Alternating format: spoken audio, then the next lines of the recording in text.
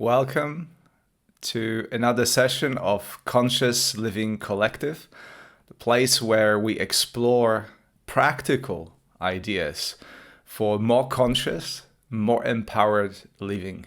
My name is Tomek. I'm a teacher here on Insight Timer, also a scientist, but most importantly, like yourself, an explorer and a seeker of a more conscious life, life which I can be better myself, exploring who is that person that is my better self and how to be on this planet in a way that is more conscious, more aware, more fulfilled. So here we are. Let me check in with you who's here with us. Thank you for answering my question, by the way. When you if you're tuning in for the first time or not for the first time, please state your intention, so to speak. What is your intention behind this session? Basha says connection. Sharon says calm. Beautiful. Whichever intention you bring here, it is valid because you are the active ingredient of these sessions. And for those of you who are here for the first time, please raise your hand and say, yes, here I am here for the first time. This is kind of our tradition. And all of you who are regulars in Conscious Living Collective, please do welcome all those who are here for the first time. So hello Basha, hello Sharon, hello Wendy, hello Sandy, Kathy. Thank you for being here, Amy. Amy comes from Florida. Hello Caroline. Tanya is here for the first time from Massachusetts. Seth, welcome. Good to see you all. Amanda from Colorado, first timer. Good to see you here, Amanda. There you go. Anami, welcome. Sends her welcome in my mother tongue, Polish. Dobry wieczór, dobry wieczór. Good to see you here. And Anami's intention is to connect deeply with myself and with life. So this is beautiful. This is the exactly intention behind all the sessions of Conscious Living Collective. Although every single time we have a different take on it and we explore different aspects and angles of that connection, it is always there. And for those of you who are here for the first time, just to mention, we start with a short introduction. I answer some questions. I bring some of my own thoughts, and then we practice. Then we put all those thoughts aside and try to see and feel and experience, have the direct experience of what it really is to be present to yourself and connect with that true self.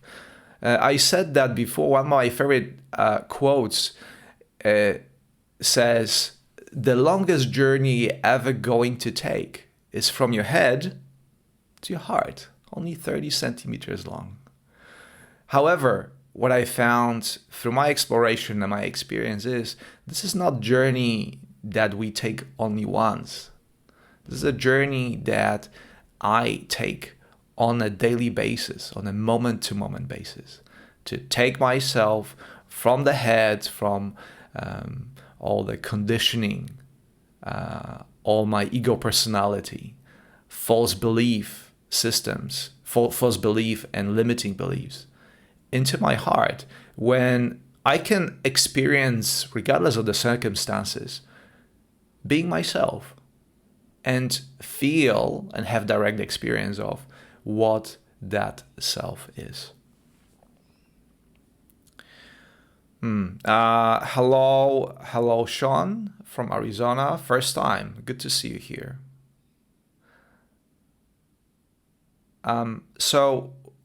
Something that I want to talk to you about is related to what I already said, the journey that we are here on.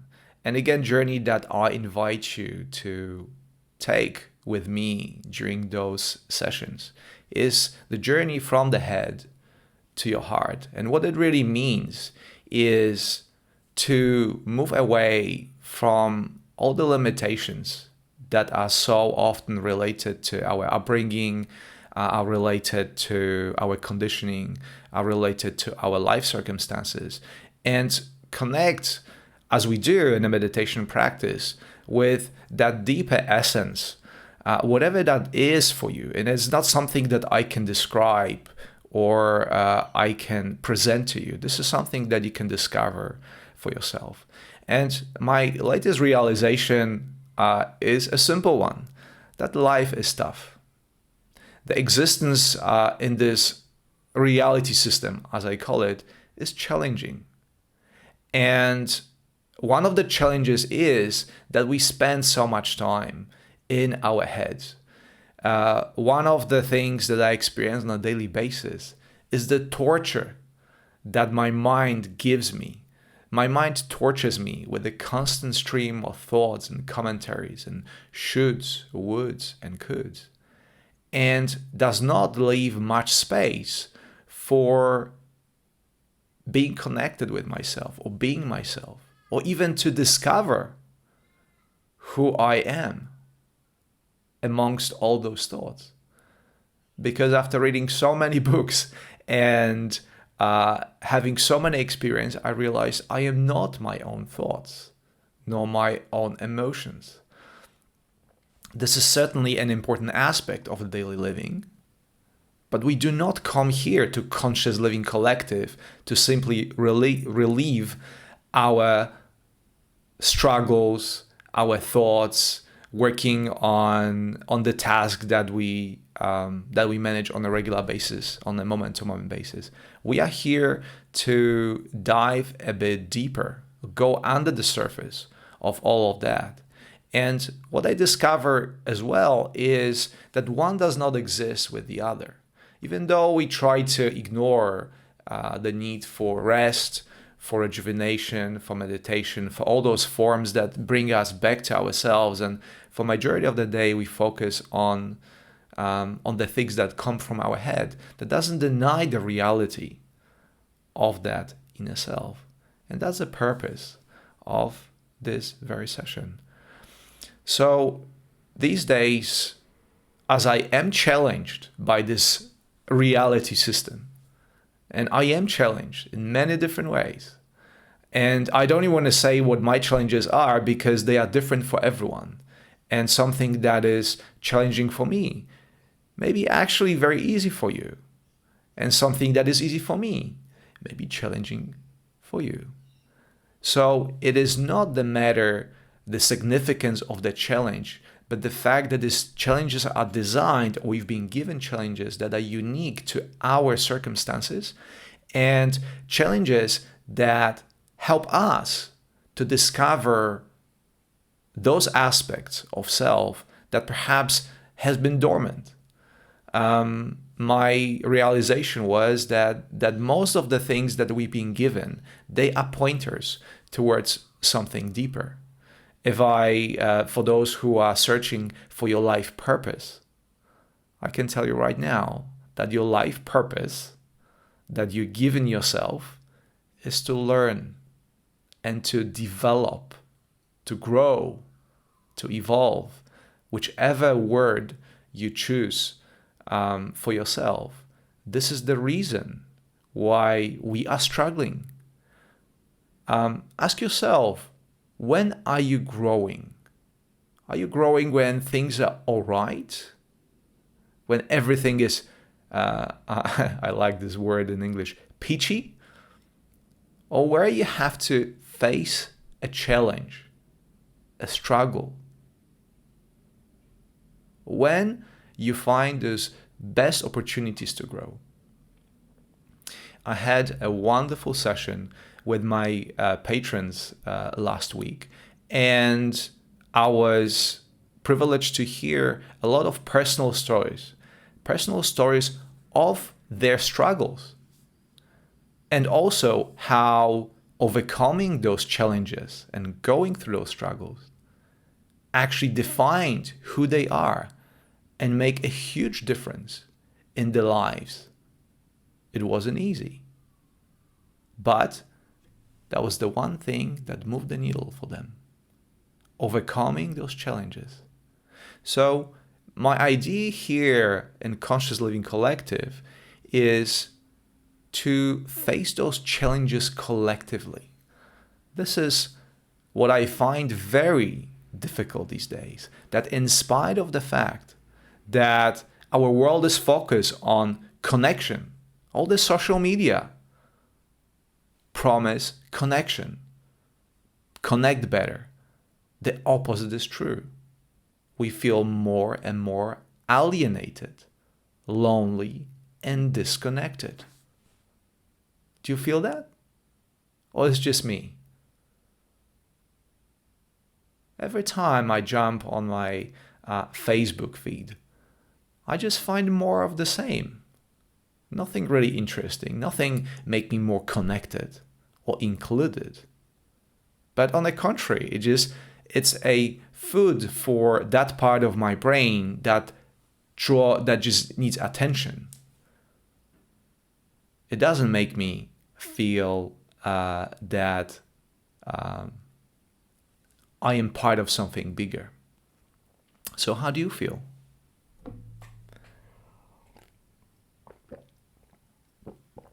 Hello, Kavita.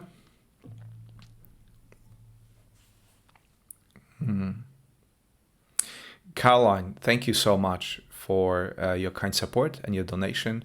As you know, you are always welcome to click that button on your screen and send me a coffee.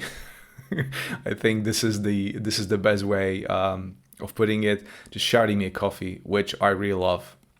So thank you for all your support, but most importantly for your presence. I really like exploring those ideas with you and hear from you about your experiences, because this is the exchange that I'm looking for here within the realms of Conscious Living Collective. Exploring those struggles and challenges together, because one thing that is given, and it's been shown over and over again in science, in literature, in our history, is that we are where we are because our ability to connect. So every time that connection is taken away from us, we're missing something. And that's how I feel very often, that in spite of all this superficial connection and ability to even talk to you from the comfort of my own studio, is absolutely phenomenal, but it's not a substitute for connecting face to face. So one of the opportunities actually we have, again, maybe a substitute, but maybe a closer one, is sessions with my patrons, as I said to you. We connect via Zoom and we have those intimate conversations about our challenges. And it becomes clear that facing them together gives an extra layer of support.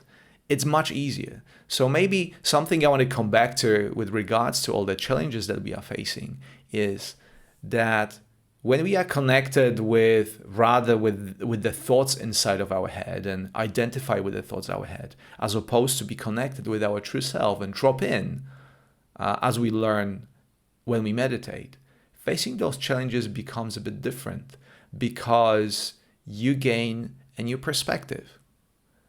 You are no longer those challenges. You are a self, a empowered self that faces something that has a potential of improving quality of your life or helping you to grow, helping you to learn. And changing that conversation, so to speak, in your head is absolutely fundamental to your growth. Amanda says, social media, I think, brought my anxiety to the surface along with FOMO, fear of missing out. and imposter syndrome. I turn off all notifications now and only get one when I want to, not when I get a notification. Thank you, Amanda, for this comment. Yeah, you see, FOMO, I until actually recently, maybe a year or two ago, I didn't know what FOMO is. I was not interested what that acronym means. Fear of missing out. Rather than using our ability to connect, we use social media as a mean of competition. Not collaboration, competition. The way I see our sessions here, it's a collaboration. I've got nothing to prove to you. I'm just here for the joy and pleasure of your presence and your being. And I feel inspired talking to you. I feel inspired when I meditate with you. I feel elevated and supported.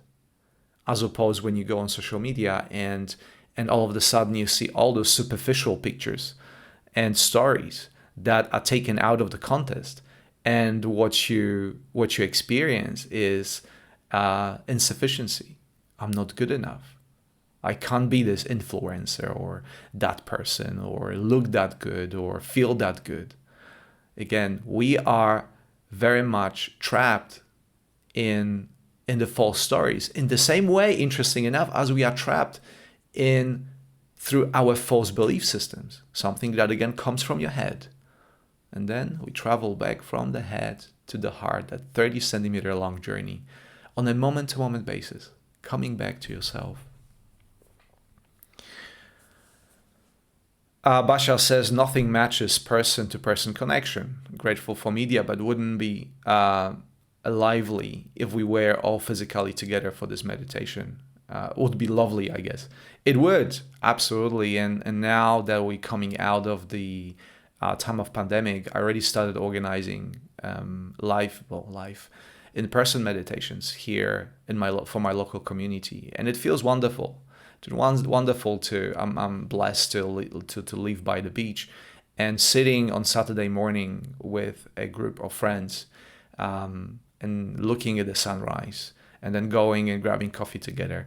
It has that quality that I tell you, it's very difficult to reproduce in any kind of the virtual format. It's very difficult.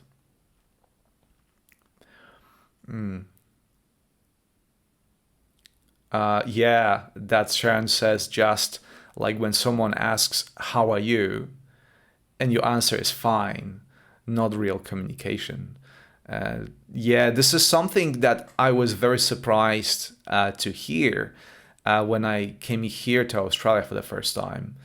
And people asked me, how are you? And I was ready to share my story. It's like, yeah, this. And people are looking at me strangely because that was just a superficial greetings, had nothing to do with the actual question.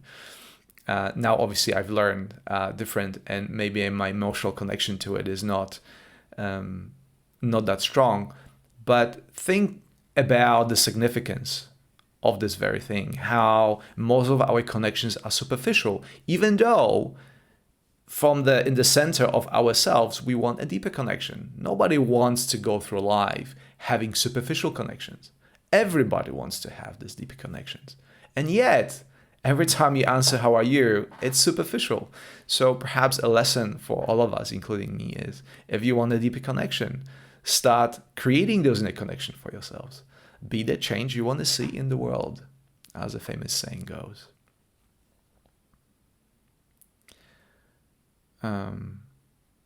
Yeah, Alexandra says that fine is a word I try to avoid. What does it mean? Of what does it hide?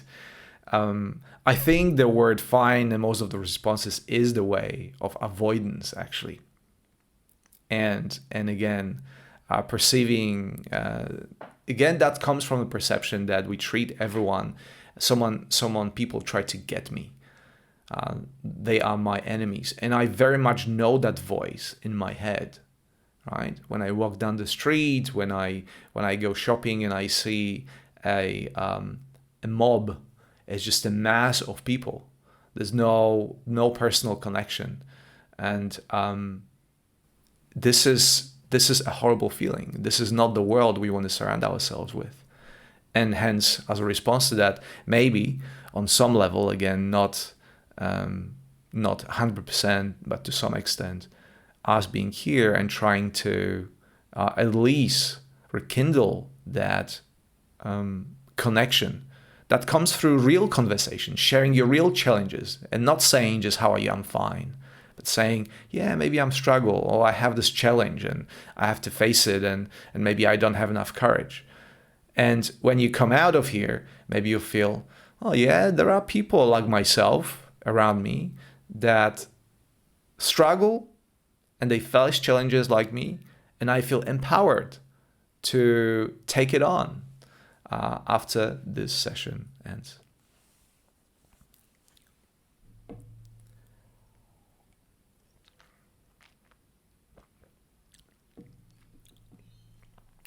Nima, sometimes people ask, how are you? When we answer, not good, they will say, oh, okay. I think that the thing is, people do not actually listen to what we have say, and they have the entire conversation in their heads. They are not interested in our answers. I think that's that to make it more general. But thanks, Nima. That is very true. Sean says, I'm here to be a friend who is struggling. He spent all spare minutes on the phone talking, which is okay, but always Facebook throughout, his anxiety is very high. Yeah, this is unfortunately something that I see everywhere. People having out-of-body experiences, which means they out of body when they are social media and on the devices. They have no idea what's happening around them, to the extent that sometimes they run into a lamppost and they trip, and they're not even aware, and they kind of get up. It's like, what just happened? Because they were not there. They were not present to this physical reality completely. And the research shows clearly that actually social media is a source of our anxiety. The social media create more problems than they solve. Again, there's nothing wrong with it. As everything, it's a tool, and it's up to us how we use this tool. However, the developers of those platforms, they are more and more interested in siphoning your attention rather than anything else. That's the first and prime objective, because then they convert it into currency. They can benefit from it. Keep in mind, and I always said that many times, that your attention is your most important mental currency. There's nothing more important in this world than your attention. Do not think that the money that you have, the number that you have on your bank account is important. It's not important. I think I've read somewhere that over the past year, we printed more money. 80% of all the money that is in the world has been printed in the last year. So money is not real. What is real, however, is your attention. There's no substitute to your attention, right? For all those people who try to get you, so to speak, if you do not give them your attention, they got nothing. They cannot possibly hurt you. However, if they get your attention, and there are many ways of doing it, that's where everything starts. That's how social media thrive. Once they get you on that unlimited or infinite newsfeed, that's where they get you. Interesting enough, the inventor of the unlimited or infinite newsfeed was awarded in Facebook. So basically what happened before, you had a couple of friends and they had something to say, and after a couple of swipes, you came to the end of the story. These days, Facebook is designed, and all the social media is that doesn't matter how long you keep scrolling, it never ends. It's never ending feed. You could spend 24 hours, 48 hours, 72 hours on it, and it will never end. because the algorithms are designed to feed you more and more and more and more and keep you in that limbo of it. Just a curious observation or a fact that some of you may be not aware of. Hello, Manuela. Good to see you here. Training our attention, very important indeed. Indeed. Training our attention, but also making, in the spirit of our gathering, conscious choices about where you direct your attention. If you say have $1,000 on your bank account, you then just unconsciously throw them wherever I know the situation requires you to. You carefully see, okay, I have $1,000. I want to invest it here. I want to invest it intelligently, so maybe that $1,000 bring me a return, bring me interest. As opposed, our attention we don't treat like that. We just throw away our attention to the left, to the right, and by the end of the day, we completely deplete it because nobody tells you that attention is much more valuable than money. Your mental currency is way much valuable than money. So absolutely, Manuela, training your attention, and particularly training your attention to keep it as your resource and making wise choices where to direct it. That's how life is created. You create your life around you with directing your attention. You may direct your attention, as in my case, to a beautiful sunrise and to inner peace. Or I can give my attention to the thoughts that constantly being streamed, like the social media almost. The constant feed that I'm receiving from my head, telling me things that are not true. They just simply a commentary to things. And very often I'm being captured by them, and my attention is siphoned to that. So many different ways of directing your attention. Okay, we're coming to a half an hour. So I would like to start a meditation right now. And unless you have another questions or comments with regards to what we've been talking about. So for those of you who joined recently, this session is called Conscious Living Collective, and we are collectively here facing the challenges of our life. We just said at the beginning, just to summarize, that life is challenging. My life is certainly challenging. If your life is all, as I said, peachy, please let me know. I'll be happy to connect with you and ask you for how you do it. But my life is challenging. And if your life challenging as mine is, you are in a good place, because we are here together to support each other, to empower each other, and to be together because it's easier. For those of you who have the idea that at some point of your life, all challenges disappear and there'll be nothing else to do, I am sorry to disappoint you. That is not going to happen. Even though you may retire, a word I really dislike, the word retire. You may retire from your work, but there's no such thing as a retirement from your life.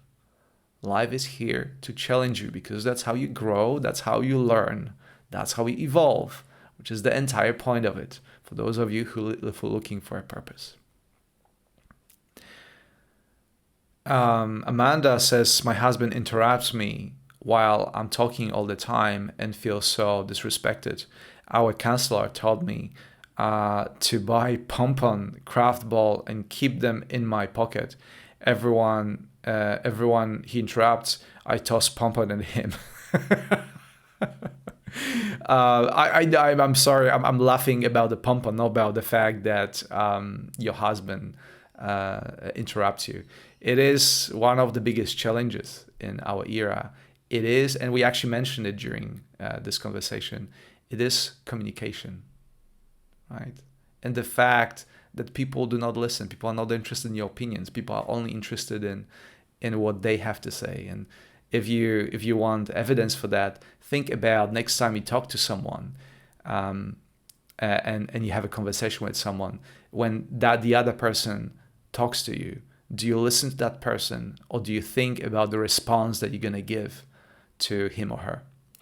This is a practice, constant practice to me when I have a conversation with someone, to just be present to what the person has to say. Thank you, Amanda, for sharing. And I love that. Carl, I agree with you. I really love the throwing pompons and at your husband to remind him, because it is this is the throwing a pompon. I understand it serves as a reminder to be present, to come back to not just himself but to you, to both of you, coming back to the presence, making that trip 30 centimeters long, once again, from your head to your heart.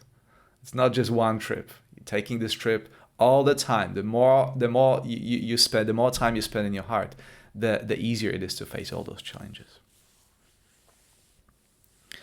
Sandy says, when we are really listening to someone, we are showing them that they are important too. Absolutely, and that's where the conversation is. That's why it's called conversation, not a monologue.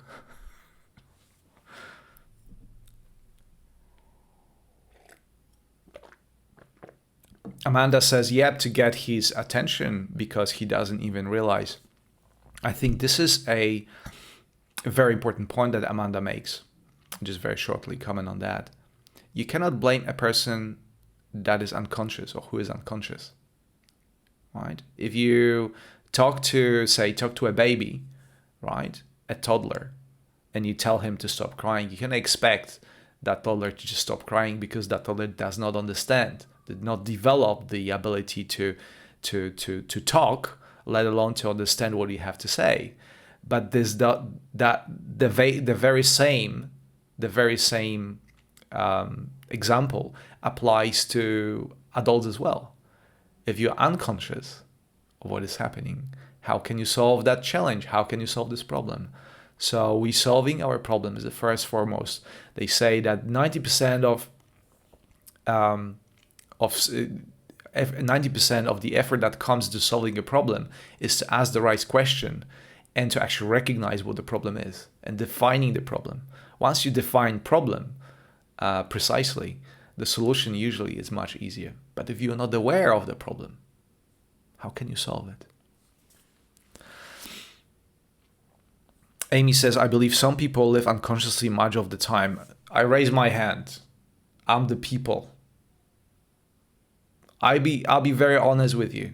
Even though I practice meditation and I talk to you about consciousness here, I find myself being very unconscious most of the time. I keep coming back, oh, Jesus, I was unconscious again. Oh, and again, oh, and again, oh, and again. It happens to me all the time. So I think this is the understatement, Amy. Seth says, the practice of active listening to a person or music or nature or the sounds in the city has been a wonderful means for Huey presence for me. This is how we interact with life. The act of giving your attention to anything or anyone. This is the biggest gift you can give to anyone and to yourself, to actively direct your attention, consciously making those choices where the attention goes. For presence, that's what for a presence for me. Thank you, Seth. Okay, once again, thank you for all your support and for all of you who clicked that donation button and shout me a coffee. I hugely appreciate it.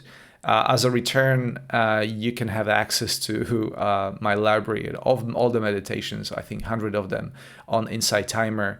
And you can come to my website as well and sign up to my mailing list.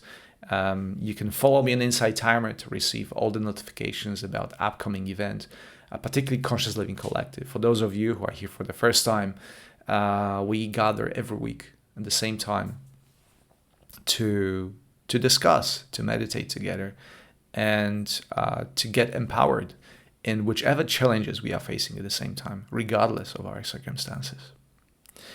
Okay, let's get into it. I invite you to take a deep cleansing breath.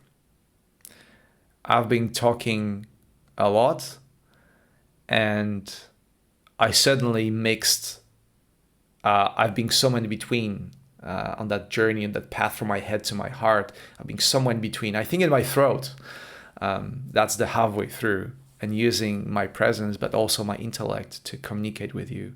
But now it is time to drop and take that journey a bit further and closer to your heart. And to do so, we always begin with removing obvious obstacles to that presence, and that is physical discomfort. It is not purpose for me to make you suffer physically. I think we suffer mentally enough, and to add insult to the injury, as the English saying goes, it is not my intention here. So make yourself feel at ease and as comfortable as humanly possible. I usually roll my shoulders, drop them away from my ears so they drop a bit. All the tension that you've been holding, feel free to release it. Take that deep breath. Usually when you breathe in deeply, you connect with all the tension in your body and start being aware of this tension. And that's usually enough to release it. You don't need to do anything else, just start being aware. I usually put my feet on the floor. You can't see it, but I use them as a way to center myself and ground myself.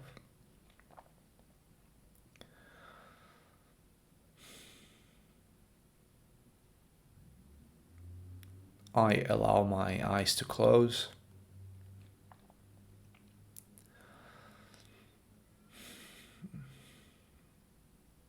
And first and foremost, recognize that I am not alone.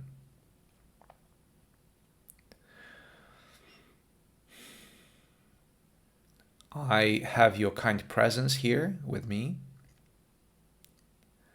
and hopefully you listening actively to the words I say, not because my words are important, but because connection between all of us here is important. Recognize that I act here as a liaison between you and 60 people, from what I see, that gathered from around the world. And we form a connection that goes beyond physical, because we physically obviously not present. Although how lovely would it be to meditate in a group of 60, all people from around the world. But even though the physical connection is not there, we are connected mentally on a level that very often we do not recognize. However, the level that is also very important. Recognizing that we are here for each other. And even though we cannot recognize the presence, we will recognize the result or effects of that presence by the ease in which we can drop into this meditation or drop into the self.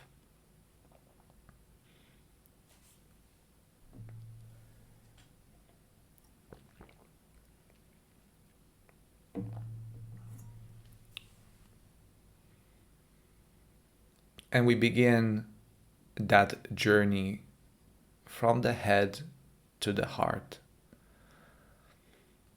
And you will realize that in an attempt of making that journey, you will have to come back many times. There'll be thoughts, emotions, the recollection of the past, anticipation of the future, your mind will try to siphon that very precious resource that you have, your attention. And those very moments, you simply will shine a light of consciousness on this very fact. And by this fact, you are back to here and now, because you made a conscious choice. And that is empowering in itself. The conscious choice that you make, it is the essence. The more you train that ability to make conscious choices, the more you are in charge of the life around you, and you become a conscious co-creator of your experience, as opposed being unconscious follower of the experiences that others create for you.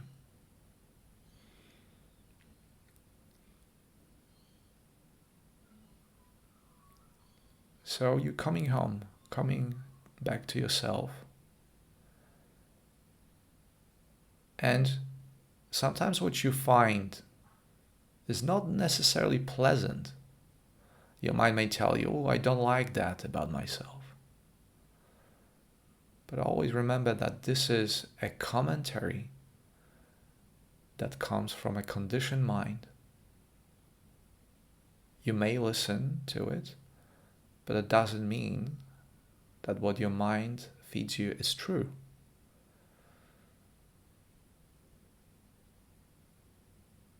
There's no need to give too much importance to your thoughts.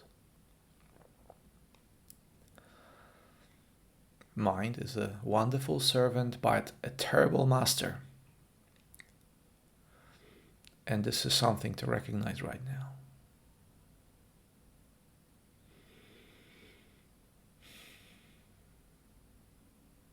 So keep coming back to yourself every time your mind interrupts, your bodily sensations interrupt. Dropping into that inner sense, connecting with the inner senses as opposed to the external senses.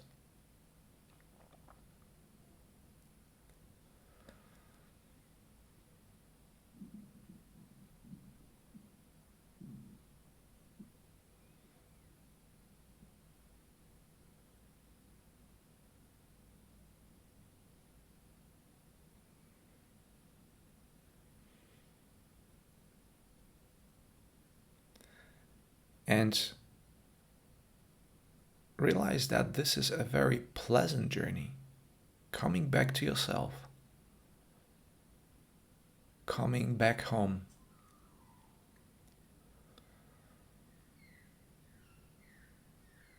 Perhaps as Mr. Duffy, you were standing a couple feet away from yourself, and now you're coming back. Recognizing that you are loved, you are worthy, and you are enough.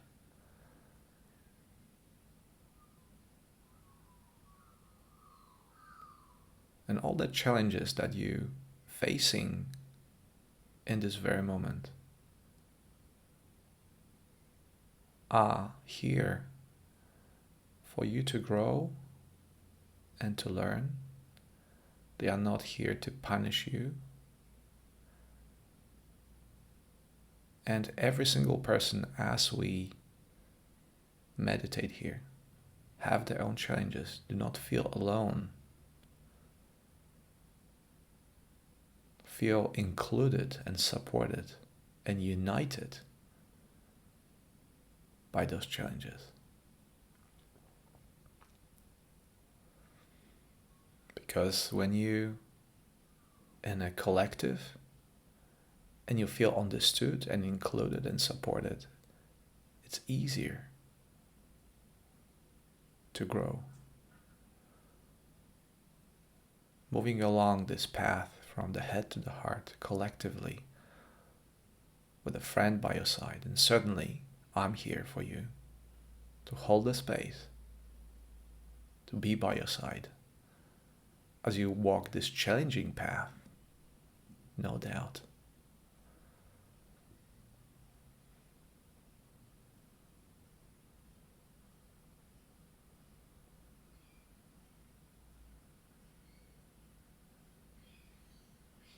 And every time you hit a bump on the road, every time your attention goes away into unconscious,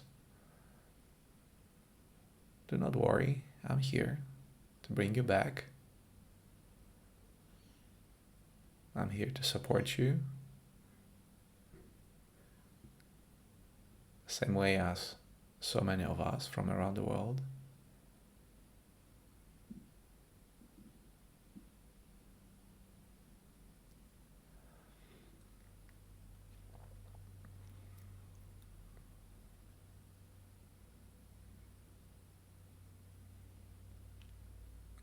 And now to conclude, make a mental note of that presence that is within you, the presence that is always ever expanding.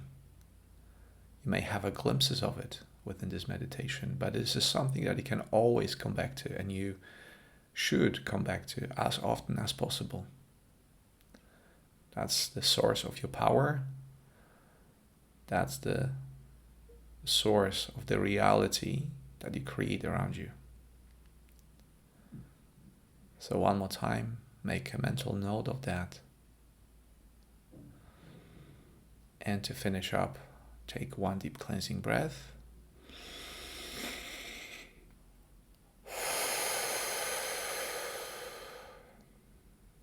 And when you're ready, open your eyes and welcome back.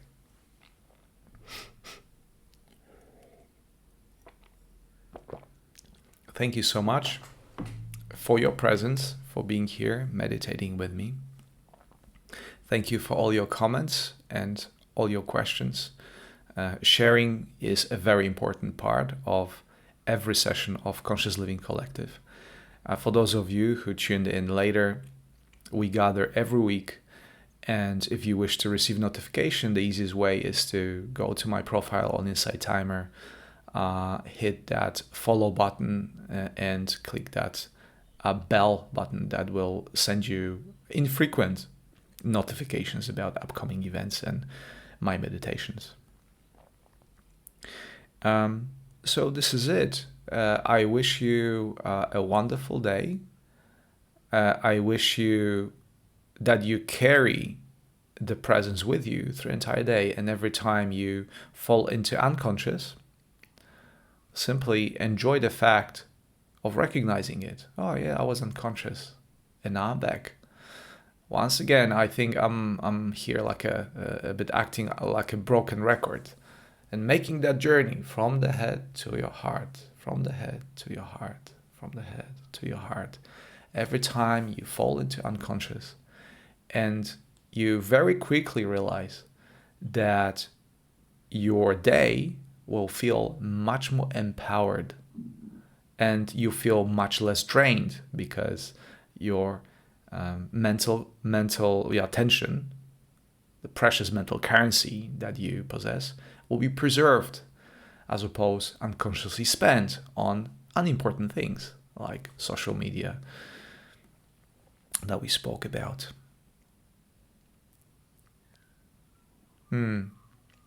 Thank you, guys. Thank you, Caroline, Sandy, Kathy, Nima, Leslie, Seth. Thank you very much, Kathy. I very appreciate it. Thank you for shouting me a coffee. And thank you, those of you who didn't say anything. That's absolutely fine. Your presence is still very much appreciated. And I welcome you here. You're always welcome here. So right now, I want to send you off with my best regards, best wishes, and the presence that this conscious collective creates and expands. Thank you for being a co-creator of the space. So I look forward to seeing you next time, and until then, bye bye.